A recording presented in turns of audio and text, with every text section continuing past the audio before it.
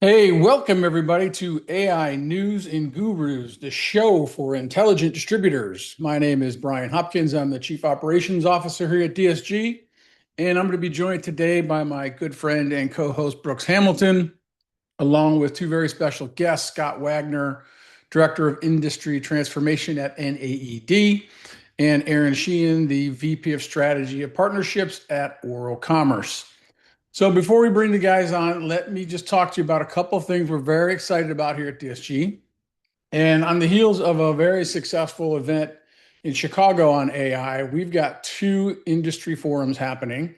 One in the great state of Georgia in Atlanta on August the 12th, 2026 at the Georgia Tech Center. This is a one-day version of our bigger show that we are going to be doing in Atlanta. You need to be there. It's a great opportunity to see what's happening in distribution.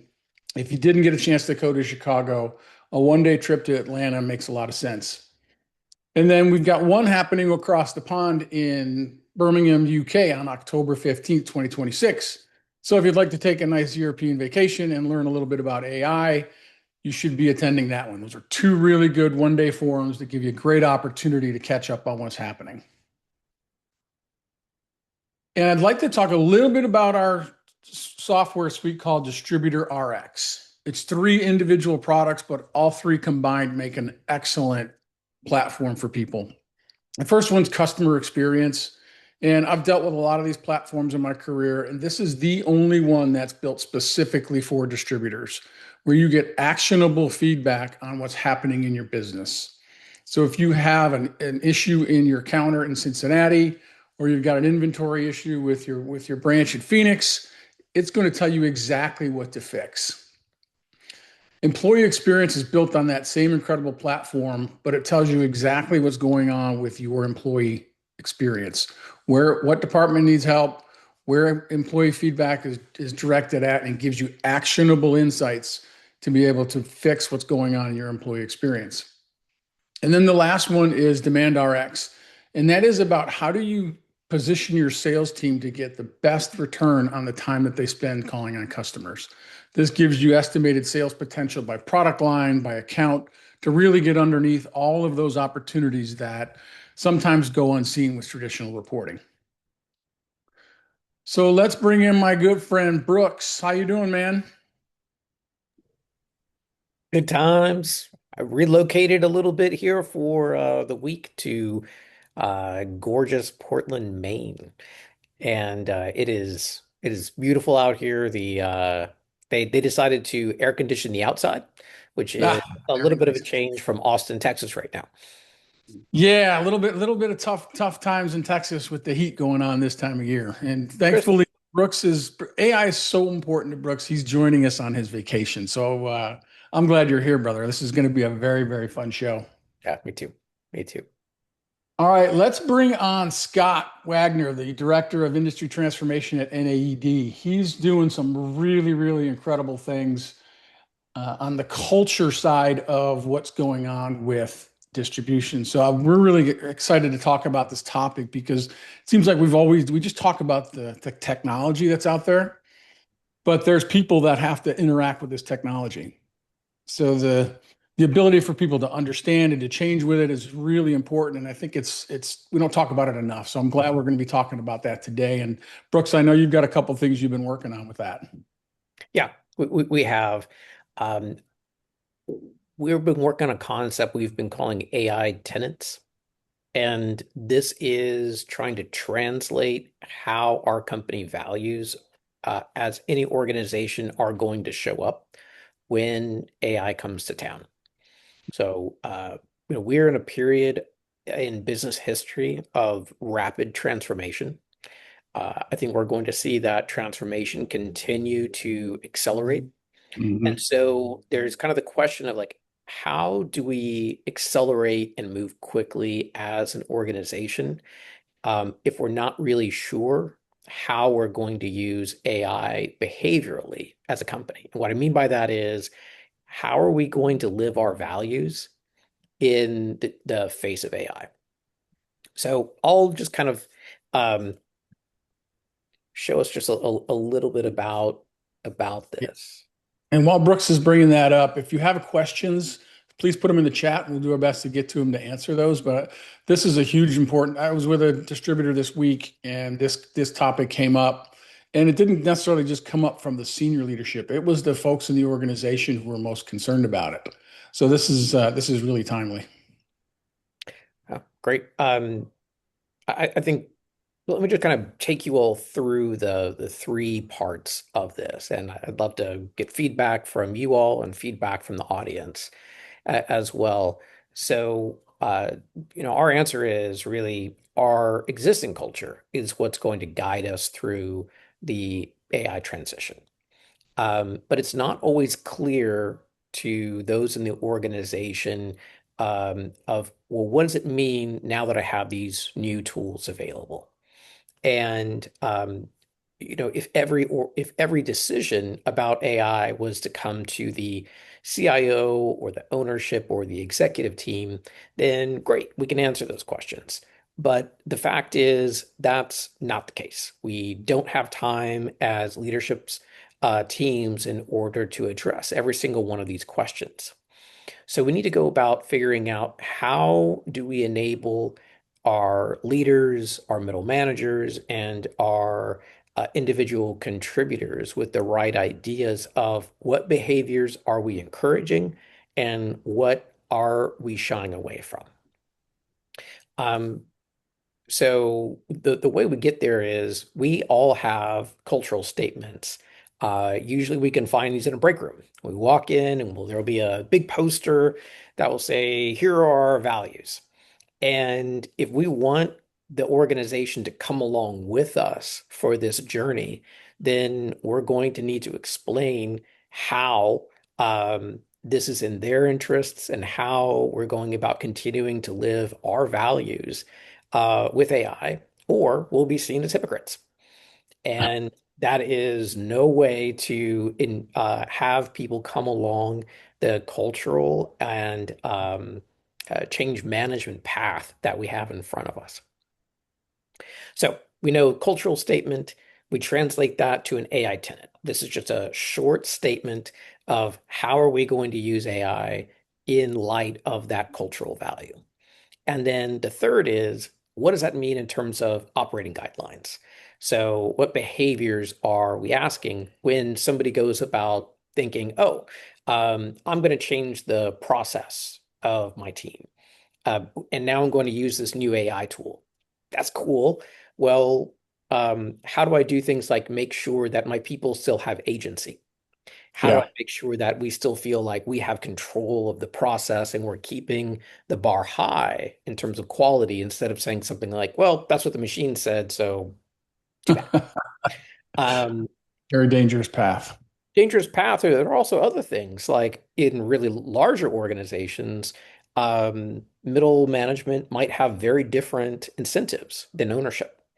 The incentive may be, well, I'm going to show how I can build an empire or I can reduce headcount. That might not be aligned one bit with how we actually want to see AI used in the organization. So I'm going to jump through just a couple of examples and kind of love your thoughts in these areas. But these are just some examples we've made up off of commonly found value statements. It doesn't mean this is how it would necessarily show up in your organization. So the first is, um, where are we investing? The number one fear that is running around organizations today is when AI shows up, my job is on the line. I might get cut, reduced, whatnot.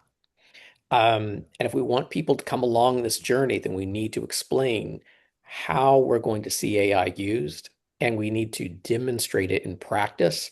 Otherwise, people will feel it's like that it's just words, and Hmm. there is and they're still at risk, and therefore they will slow and resist the changes that are coming. So if we have statements like we value our people, we strive and best for class, then let's talk about things that like we're going to prioritize growth instead of prioritizing cost cutting. Um, so when we have things like hey, we may improve our process. Things may become more efficient. What we want is we want to see that show up, that different time used in other things like relationship building, like going out and winning an account, or improving our market share within that existing account.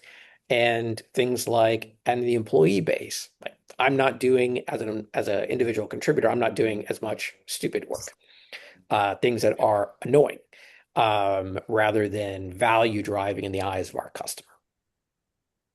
So thoughts Yeah, on this one?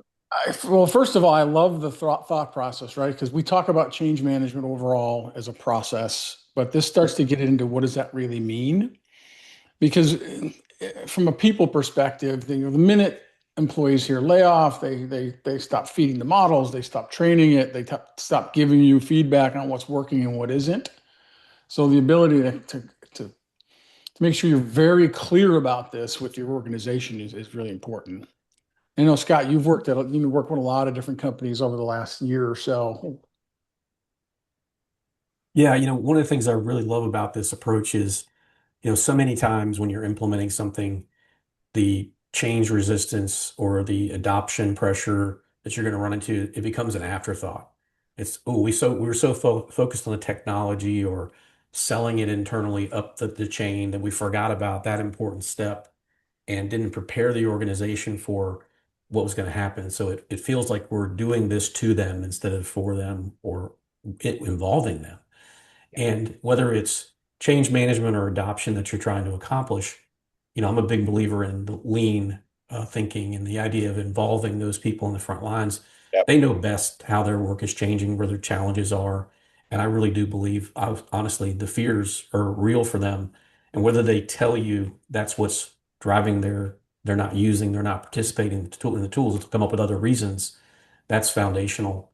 And it's not always absolute elimination. They worry about things like I'll be less important, or all the experience I have won't add as much value to the team, that it's the playing field will be leveled in ways that part of their identity is wrapped up in what they know and what they contribute today. So the idea of growth first, I think, is really strong in the example you have here, Brooks.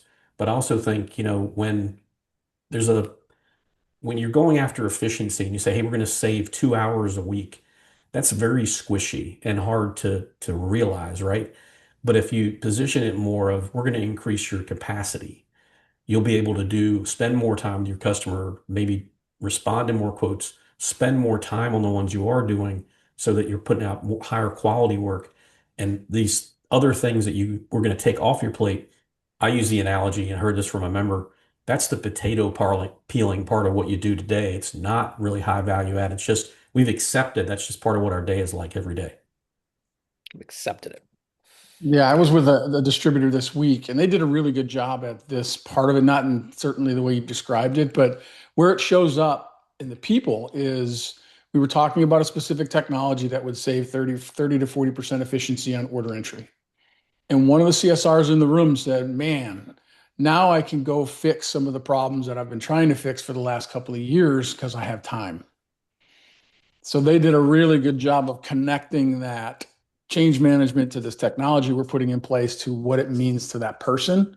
So that's a perfect example of, I think, what you're talking about.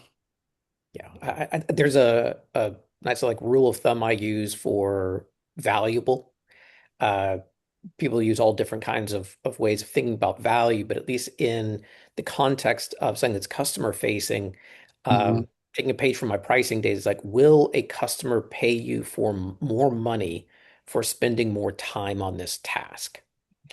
So, or investing more in this task. So if I have something like, I'm going to update the product information on my website, nobody's going to pay you more money for that. You Right. might get some more sales, um, but if you are spending 2 hours or 20 hours, nobody pays you more for spending 20 hours on it versus 2 hours. But if you're on the phone with them, working through an issue for 4 hours instead of 1 hour, that may be something that earns you some business in the future. Yeah. All right, one more, and then let's move on. Another one is like we delight our customers. Great statement. What does that mean in terms of AI? Well, it may be that we use AI to create solutions Mm, that are going to delight our customers. So this means one, we have to have the curiosity in order to go pursue different ideas. And then as a management team, we have to go about giving people the space and safety via like a clear guidelines, clear policy on what's okay and not okay to do, in order to go turn those, to create those ideas. Because I think the people who are closest to the problem are the people who are most likely to create great solutions for it. mhm. And then to go about making those solutions available to our customer base or our employee base, to kind of delight and supercharge this. So those are kind of another way of like, how do we translate a value statement to AI?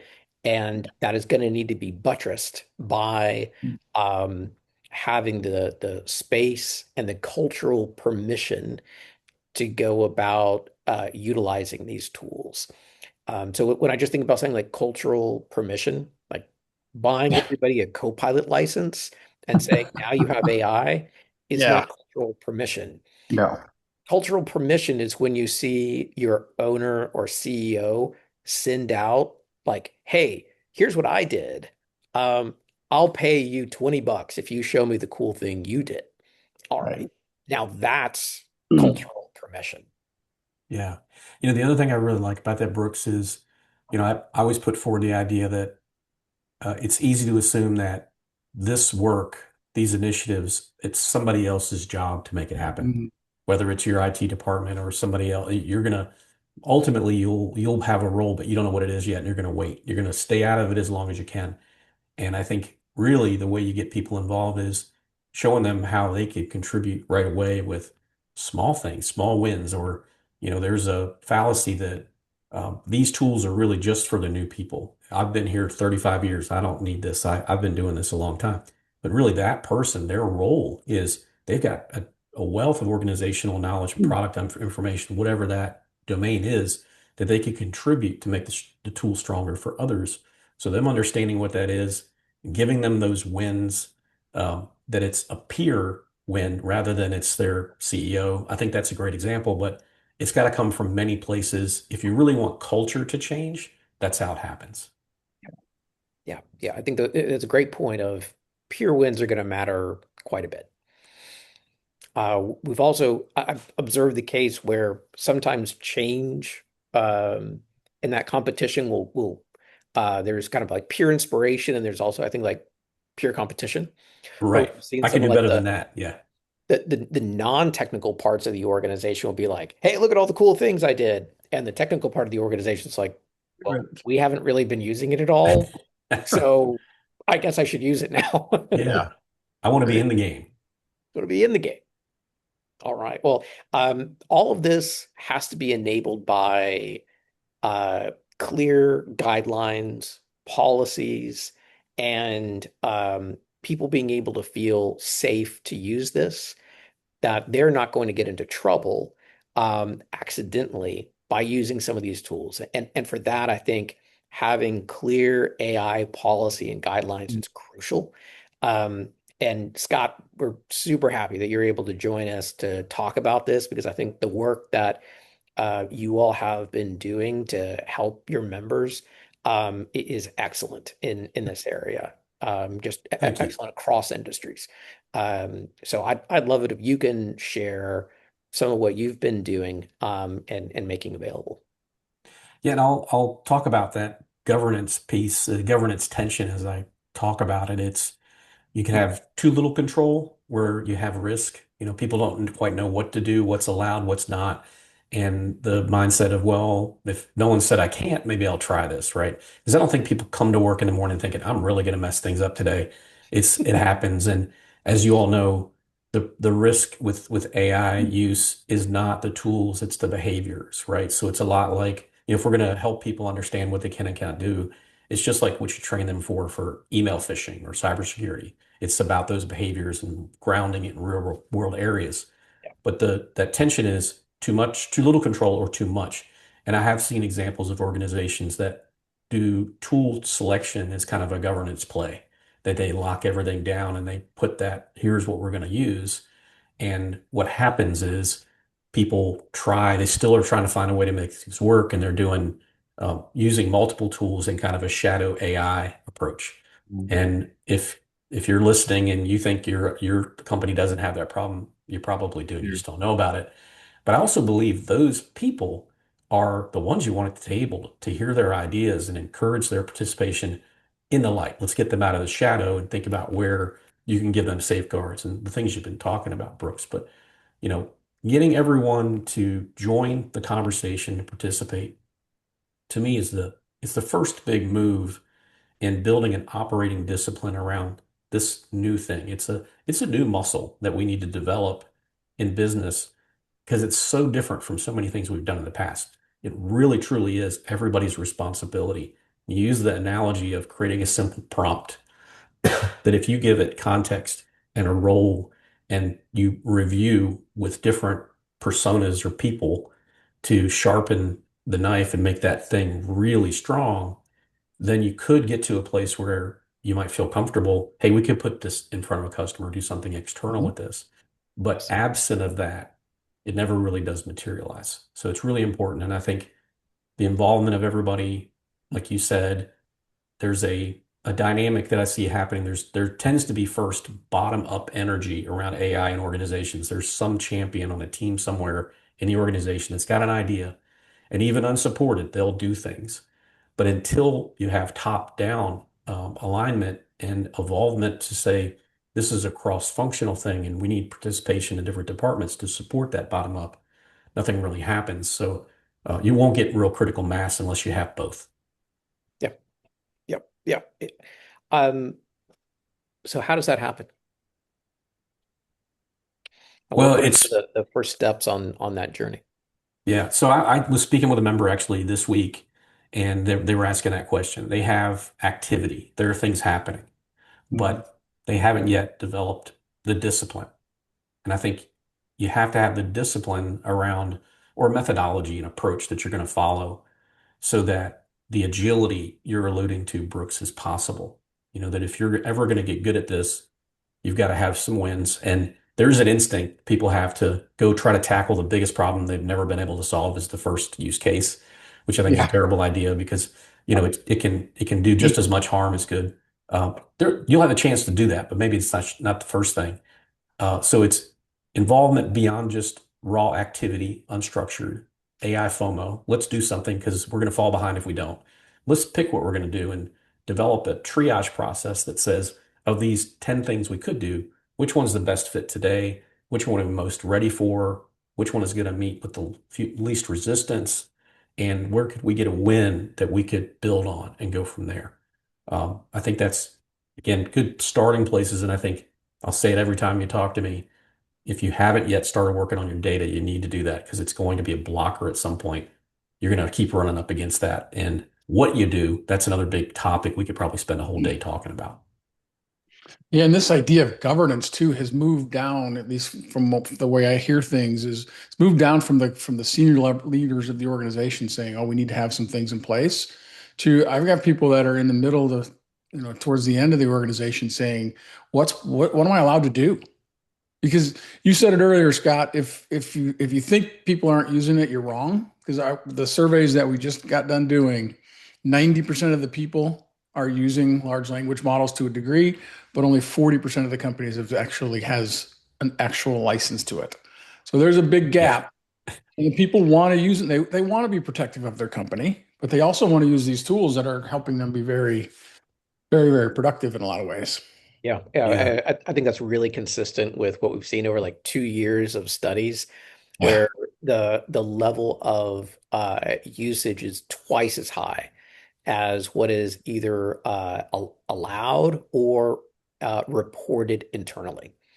So it's definitely happening. One example that I heard the other day was somebody's going through a process, kind of paperwork, and they get to a point of the process where they need to fill out vendor paperwork. Well, they'll do all the lookups on ChatGPT, but on their phone, and then go and plug the information back in just using swivel chair integration. Oh, I like that. Yeah, Uh, I had an experience about a year ago. I was actually sitting at a table with a C-suite at a distributor, and we were talking about AI. And I asked, they were curious about, well, what do we do? How do we get in this game? And I asked them, those leaders, how are you using AI today? And they all said, well, we're not. And then one bravely said, well, I am, but only on my phone, what you just said, Brooks. And I said, tell me more about that. Are you only using it on your phone? Well, the app that I'm using is not allowed in our domain. I can't get on my computer. So the risk is still present that you were trying to protect yourself from, even from the top leader in the organization who is honestly just trying to do something better, right? They're trying to improve. So think about what happens if your whole organization is not allowed to do. They're probably still gonna. I'm thinking about the Jurassic Park. Life finds a way. yeah, People using AI will find a way. yeah, Yeah. zero doubt. So how do they know what's okay and what's not okay? It can't be accidental. I think you do need a policy, and it needs to be grounded. It can't only be about security. Yeah, It has to be about, well, examples, and then give them concrete things they can go test and understand. And I have a description I give. It's the Starbucks test. That if you had something printed and you went to Starbucks and had a cup of coffee, and when you left, you forgot and left it on the table, would you go back to get it? Was it sensitive enough that you couldn't leave it there?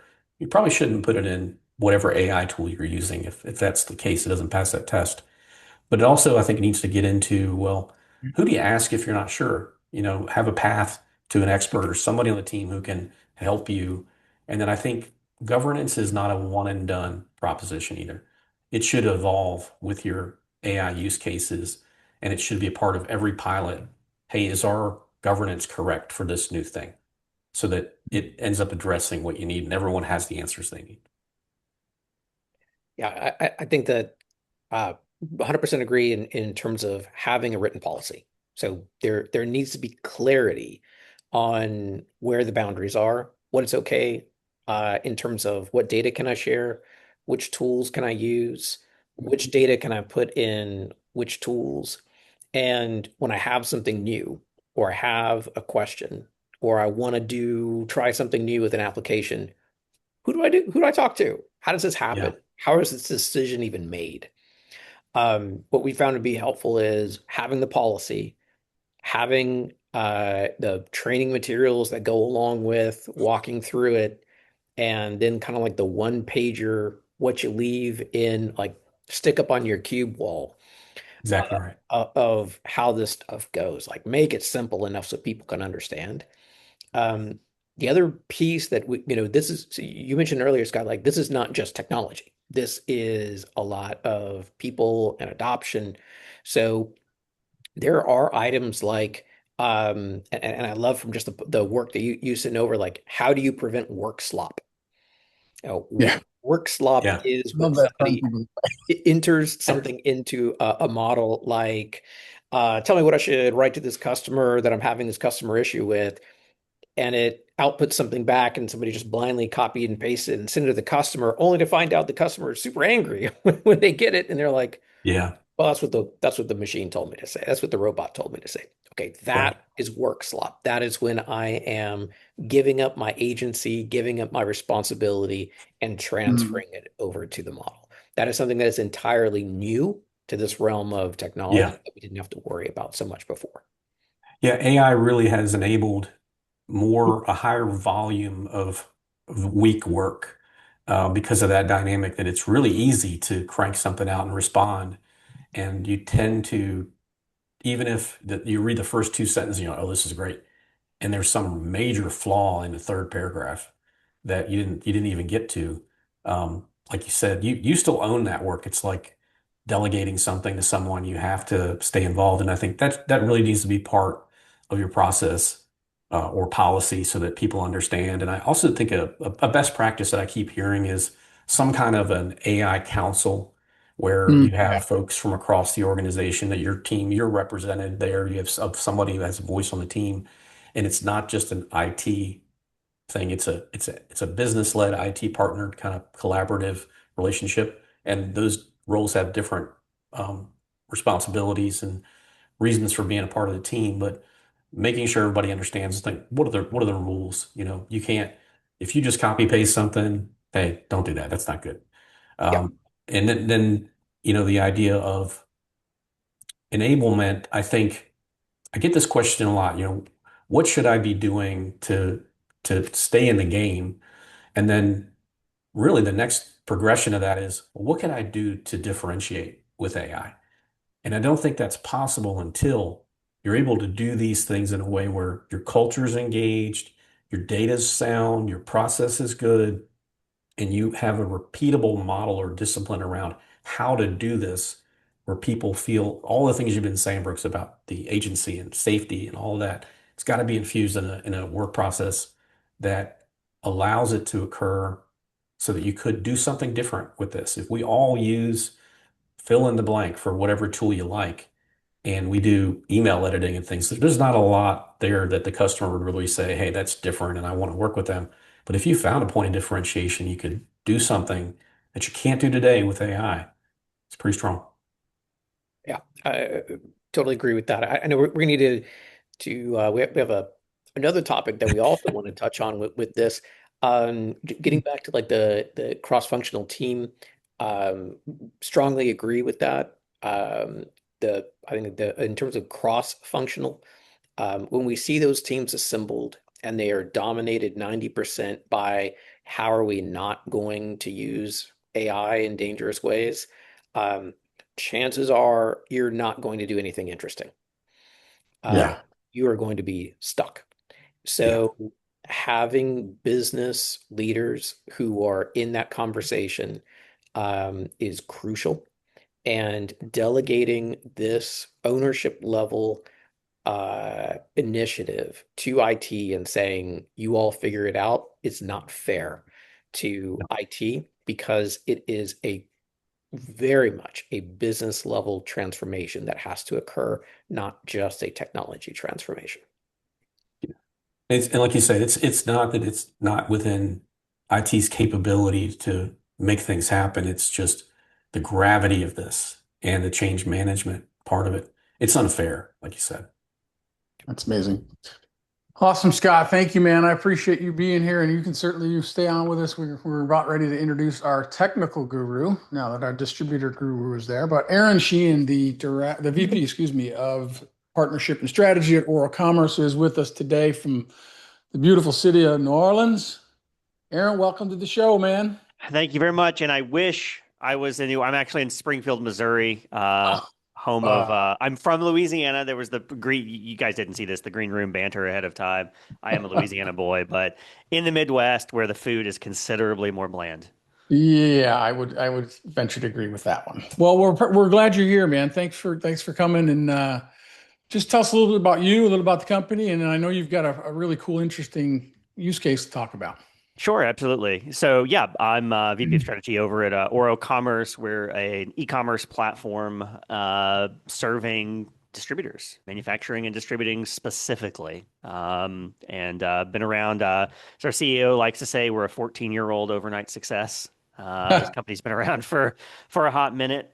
And we have been integrating AI features into our product now for the last several years and have a lot of, I think, scars and stories from implementing the tools, watching them go live, seeing how they're being used by our customers. Awesome. Why don't you tell us a little bit about, I know you shared an example of what you guys have done with Diversitech, and that's it's one I think that is would be interesting to our audience because it's one of the first places distributors tend to start with, when they look at their AI journey. Yeah, absolutely. So Diversitech has been one of our customers for many years. On our customer advisory board, longstanding customer. And they had a use case. I think how they're using our product makes it a very good way to introduce AI tooling into their business. Um, effectively what they're doing is they're using us, they're using Oro Commerce as the business operating system because they have lots of divisions. They've acquired many other distributors. They operate globally. And so they had, I think at one point, I think the max was like 17 ERPs that they were trying Oh, to, Lord. right? And so you've got a lot of sales teams, you've got a lot of different processes. What do you do when you're on the M&A train and you're trying to integrate processes? I think both, Scott and Brooks, you were both talking about that.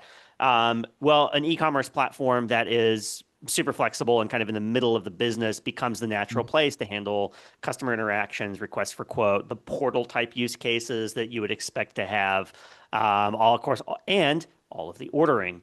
And so, because of the fact that they had implemented us so critically, so centrally, I think, in their business, and they kept growing, one of the features that we rolled out year before last was something we call Smart Order. And I Hmm. know, I was just at the course in Chicago with you guys. Wonderful Yes, you show, by were. the way. Excellent time at the AI Summit there. Packed house.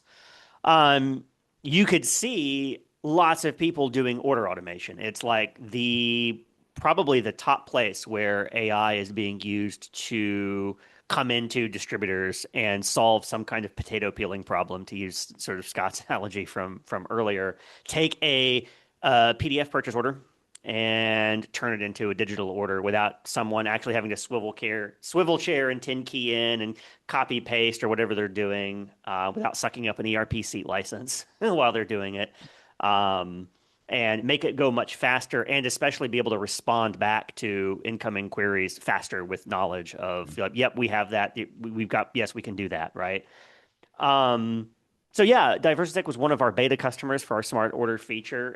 They are live with it today, implemented it, and they're seeing significant productivity gains as a result of that. But that's only, this is something that, I was thinking about what you were saying earlier. It's only possible because they have their data squared away before they started implementing the AI um, tool to automate it. So you can only really, you get a high-speed garbage cannon if you have bad order data and you try to throw an AI tool on top of it. You have to normalize the data. You have to understand, what is a ship to, what is a SKU, what is a payment method, what is an account, what happens when my bill to and ship to are different. Like, all that stuff, there has to be governance and rules and processes around that that are digitally known inside of your business before you can then ask AI to make it go faster. Because if you don't have those things in place to begin with and you ask the AI to make it go faster, it will automate nothing.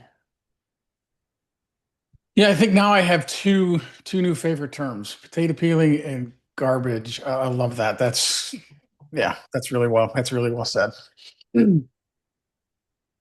So you've talked about data, um, and there's a lot of different opinions on data being great, not great, depending on the application that you're trying to implement. When you looked at specifically with the order entry side, because again, that's where people start because it's fast, it's easier. What's your opinion on data in terms of what needs to be ready for that? I mean, so for this use case, you need to have product identity. So you need to be able to turn something like 3/4 inch brass fitting we usually get in an email, right? Like, this is the kinds of emails you sometimes see from buyers. You need to be able to turn that into an actual SKU. So that means your product data, the customer part numbers, that's a big one. It's a thing we've implemented support for. Customers will send you a PO with their own part number. They're not using yours. They don't care. They've got their own. Right. You need to have a dictionary basically to turn those and match them into the right SKU on your side. And you need to have the product data in place to understand synonyms, units of measure, obviously always the bugaboo of all, sort of like e-commerce search and distribution. And then you also need to have some account context. You kind of have to know, especially how many are in stock for this customer, given what DC I'm shipping out of, or what they're entitled to, what per unit price did they negotiate. I have to be able to, like, when that PO comes in, I need to know what that is. The bill to ship to stuff, like, they won't always tell you who they are in the same language that your ERP knows who Hmm. they are. And that mapping between what comes in my inbox and how it exists in the ERP. That's a person, that's a rep that's doing that, and that's usually just muscle memory from years and years and years of sort of translating it initials to full company names and stuff like that. But it's a high touch piece of effort in your business, but it is peeling potatoes. Like that's not actually value additive. They're not paying more or spending more with you because you're spending more time hand keying the order in. And I think the third thing is a really important part, which is sort of a governed fallback. So what happens when the AI doesn't have all the answers? And when we say the AI, what we really mean is your data underneath the AI. Like, what happens when it does go sideways? Or what happens when I can't sort of like fully match this is a part number that I've never seen before, or this is a ship to that's not on the account, or they're asking for net 60, but they're net 30. Like, what do we do? And so you need to have governance and rules and workflows around all of that. And so you don't want to automate an ungoverned assumption, I guess, is what I would say. So that's pretty much what you need. You need to have good product data, you need to have good account data, and then you need to have a governed plan B. I think that talk about the realistic cases of what do I do when something goes a little bit sideways? Mhm. That typically my highly knowledgeable rep would handle. Great. One, we need to identify when that happens and not just stop the process when we hit something like that. And then also, how do we leverage the great experience that our team has in terms of seeing through those issues? So, how do we create that virtuous learning loop of consistently improving when we hit those edge cases and getting that back into kind of the model and framework. But I know 100%. those are things that we're at a certain stage, I think, of maturity, and we'll see some of these things kind of increasingly come in as we see more and more maturity. I completely agree. And I mean, I know you said edge case. What we found, especially in a lot of the pilot programs, is they're not even edge cases a lot of times. It's just crappy data underneath. And so I think talking to the teams that are interacting with the AI tools on a regular basis and figuring out where are the gaps and then what do we do about them. I have seen a few AI pilots in my time. Really, this is any technology pilot. Like, to be honest, it's not, nothing we're saying is really unique to AI. Where a failure, sort of something that required a manual review was then treated as a colossal failure and we scrapped the whole thing. Oops, we wound up the little car, it drove along and then it hit the wall. And then we said, oh man, the car's useless. What a crappy toy. I'm throwing it away. Right. And it's like, no, you got to point it in the right direction, wind it back up again and let it go. Um, Failure is an opportunity to learn, I think, is the way it needs to be treated. And that's why a lot of these AI projects and these data projects are really programs, not projects. It's not, I'm going to clean my data up and then I'm done. I'm going to go away for 10 years and then I'm going to come back and it's going to look pristine. I'm sorry, but in our business, that doesn't work that way because Yeah. you have customers and you have sales reps and your data will never be clean as a result of that. Aaron, you hit on something really important here that I think is missed many times, that when people think about data in your organization, they think about tables and architecture and the cloud and things like that. And the reality is so much of it may be undocumented, but it could also be in a spreadsheet that someone pulls up when they're doing this thing. You guys mentioned, the pivot chair thing, but how many screens do you need to have open to do anything? That's part of what's revealed in these pilots. And like you said, we might think of it as edge, but I think it's core. And I also know most branches in the distribution space, there is a person in the branch that you go to when you're Yeah. not sure what to do. And that's another layer of this that gets revealed later. And then there may be 3 or 4 ways to handle any given problem. And what's the criteria to decide which of those is best? And are they really equal? And when do you do one versus the other? And there's so many dynamics of that decision tree that I think come out of this exploration. So it's not all clean, neat table data, normalized, structured data. It's lots of things. It's a lot of things. And this is where LLMs, I think, are really helpful. That's the unlock from an LLM is that it's very good at taking unstructured data and turning it into something structured. And so that's the superpower of it. But it needs to live inside of your business rules. It's not just magic. You don't just sprinkle it in from above and then Right. all of a sudden your business runs faster. Yeah. So you're the 14-year overnight success. I love that too, but by the way. So you've seen a lot of this stuff, and there's a lot of people on this call and a lot of people in distribution in general who are kind of starting their journey out. So what are those things that you see that people either make mistakes early or things people should be aware of as they start implementing stuff like this? Yeah. We've talked a lot about it. I think what you both said sort of earlier on, culture matters a lot. I mean, Mm. having the right culture, a culture that accepts, some level of risk and experimentation and rewards, raising your hand and saying something instead of, shutting up and staying in your box, which is, a culture that exists in some companies. Um, I think a lot of folks, and one mistake I've seen is sort of starting with a chatbot because it's super Mm. visible. Like, Yeah. it's demo friendly, right? But it's frankly it's a high risk, low ROI place to start with. You're taking an interaction that is um, you've already got the buyer, right? They're logging into your site. You've already got them. They're used to talking to somebody. They're trying to give you money. And you're going to start with something that is often fairly complicated and often the least documented. And I think that's where the risk Mm. really comes in is, how does a bill show me the how does a bill become law of how does a customer place an order with me, um, and often that chatbot is sort of like dropped into a portal or a site, but not trained on what are the high margin items, what are the common items that people are ordering, what is this customer allowed to order, making sure that I don't accidentally leak data from one account to a different account. Um, and so it stays it's this weird sort of like science project that someone checks off. And, oh yeah, we're AI friendly. Get in front of the board, say, look, we got a chatbot. We're done. Yeah. We're good. Has it moved the needle?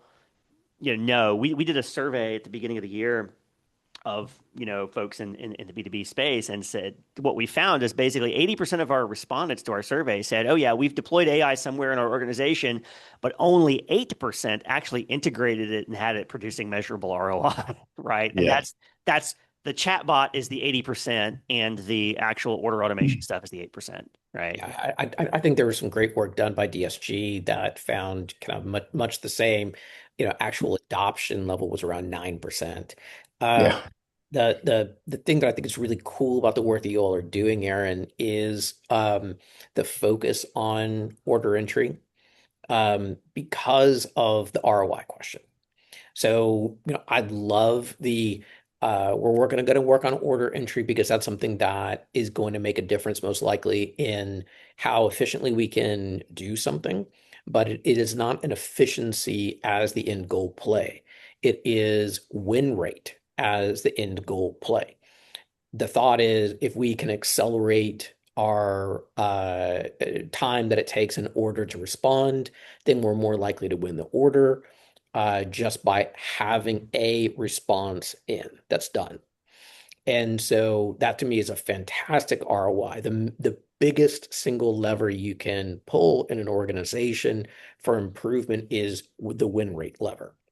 Yep. You Mm. win rate by Yep. 1%, 2%, fantastic things happen in the business. So, I love that as a great place to focus. As you all are rolling out other capabilities and talking about other capabilities, what are the other kind of high ROI type activities or capabilities that you all are hearing from your customers or that you all are talking to your customers about of this is something else where we can make a difference on the income statement. So there's a lot to unpack there. First, I just want to say I completely agree. We're all talking about AI. It's our job. This is our cross to bear. We're in business and technology. We're here doing webinars and shows all the time. We're talking about AI. It's inevitable, but AI adoption is not a metric that any business actually needs to care Mm. about. And maybe I shouldn't say that out loud, but it's not. AI is supposed to move the number on a metric on a business metric that's already being reported on, right? It's like any Yeah. kind of investment. I need to be, like you said, orders per rep, turnaround time, cost to serve, DSO, whatever it is, ARPA, like however you're measuring it, the AI needs to make some number that is already important to me go up or down depending on what the number is. It's not a number by itself. Yeah. So like, yeah, it's not there. In terms of what's having the biggest sort of impact, I think it's basically, I would describe it, if you're thinking about the buyer, it's anything that's sort of self-service. So in our world, the customer, they know what they want. The Hmm. friction is usually getting it done. Hmm. And everybody's buying because it's their job to buy. I'm not shopping for drapes for my living room. Like I'm buying parts for my shop floor, or, whatever application I have. And so the highest impact stuff removes steps from a known task. So reordering, quote, turnaround, getting the where's my stuff? Why was I charged? These are the kinds of things. So quoting and reordering, big ones, right? The PO automation, order automation stuff that we're talking about is a big one. You Like want you all are looking at various points in that customer journey and identifying like where are the friction points in there, and let's smooth these out. Let's smooth out each one of That's these exactly frictions. right. That's exactly right. And so the other piece of the customer facing AI that we've got, in production is what we call our smart agent. And that is what sort of looks more or less like a chatbot, but the way that we've built it is that it's fully integrated with the user who's logged in doing things on it. So it has only the permissions and visibility and access to data that logged in user does, and they can do things like start a quote, start an order, figure out where's my stuff, and they can interact conversationally like they would if they were talking to a rep, but they can do it at 2 a.m. when your rep is hopefully asleep, right? They can do it, on their phone while they're on a plane or something like that. Like you're basically taking an interaction that already exists and you're saying, how can I safely bound this within rules that make sense for this particular customer and just give them more tools to do things that they already would do faster. So you can, just tell it reorder my last order, and and it'll say, what word do you same ship to? Yep. Okay, good. Done. Like it's pretty fast. So that's great in terms of you all have worked on the data governance question. Mhm. Like how do I make sure that the data that is appropriate for this customer is what this customer sees and no more. But also, it sounds like you all have some context in there as well. Of if I'm saying I want to reorder my last order, awesome. Then I need to be able, as an agent, to go figure out what does last order mean, Yeah. and then go and grab that. So I think that's another great part of um, making that interaction feel like it working in terms that the customer is accustomed to, not having to learn some new set of magical words to utilize these Right. things. Yeah. Right. And, Right. and then third thing I thought was really cool about that um, is that you all are taking some burden, hopefully, off of existing reps or shifts. So it's like you don't need to be online till midnight. You can be on till 6 or whatever it is, and then we're having the bot pick stuff up after that. Yep, exactly, exactly. Yeah, you're trying to be more available for money to come in the door without having to then have like somebody manually doing, supporting that and touching that. Sometimes you ask questions like, how many people have to touch an invoice, to get paid at your business? And the answer when you ask that sometimes, is like, I don't know, six to seven people have to touch a piece of paper or a digital piece of paper, and in order for it to finally get paid, you're trying to reduce the amount of manual touch points to get money in the door. That's our job. I, I think that's great. If I was in an organization, like kind of thinking back, how does this land in terms of my cultural statements? Like this is using AI to make the customer experience better. We're trying to grow, and then also we are finding things where we're trying to delight our customers. Hmm. So we get the process to go faster. They are not annoyed so much. They can order when they feel like ordering. Both of those things probably are delighting customers. I think these are fantastic in terms of ways to um, utilize AI within the organization to help and to grow rather than to replace. 100%. So Well, when oh, go ahead. Go ahead. are there other things that maybe we talk about one other thing of where should people look next? Of where to go. We see AP, AR, and order entry. What's exciting? What are you all hearing? Ooh, a lot of things. I mean, certainly order entry is the thing that I think there were, you guys at DSG can check me on this. I think there were like 8 or 9 vendors at the Chicago show, sort of had with a sort of an order entry, Mhm. AI tool there. Like it's obviously it's the when we survey people, when you survey people, we all see the same thing. It's the most obvious sort of like use case for LLMs and generative AI. On the payment side, we see similar stuff around fraud checking. So a lot of times, Mm. depending on the business model, if I'm extending, net terms to somebody, there's usually a process where people have to go, and I'm like going into Google Map, I'm checking the address on Google Map. Is that a real building? Is that the middle of a junkyard? Like, is that a strip mall? Like, is that a real business? Maybe I'm running D&B numbers. Like, I'm checking references. I'm checking digital footprint to see does this business really like I'm doing a bunch of things, right? If you think of what AI can do, and this doesn't even necessarily require dedicated tools, I think to some extent, your commercial off the shelf AI, which is basically just automating Google searches at a fast clip. But fraud checking is a place where I'm seeing a lot of people using, I would say, generative AI to speed up deciding that. And then a fun one that I heard a couple of weeks ago was not only the initial fraud check, but then rechecking. This is something that I think gets forgotten about in some organizations. Is once I've let that buyer in the door, it's so much work to go and sort of revisit that account. I'm super worried on getting people in, and I forget about the people who've been there for 3 or 4 years. But if you can speed that up, you can probably re-rate your buyer's creditworthiness cheaper and faster, which may be a good thing for you to do. Help reduce the DSOs also, so like you're not over leveraged with extending terms to buyers. So there's a lot of things that you can do on that end as well. Awesome, fellas. And as they say, all good things must come to an end. So this has been a great conversation. Before we go, though, a couple things that from DSG next week is the industry's first top 25. So these are the top 25 companies in distribution who are actively using AI in a much more deeper way than a chatbot. So we're going to be unleashing that list next July 14th, 2026. Make sure you are there. And then the day after, we're going to talk about using technology to drive profit and productivity. We've got our friends at Epicor and our friends at Cavallo going to talk about that. So thanks for joining us today, Scott. As always, it's good to see you, my friend. Aaron, you're amazing as always, and I appreciate the conversation, fellas. Thank you.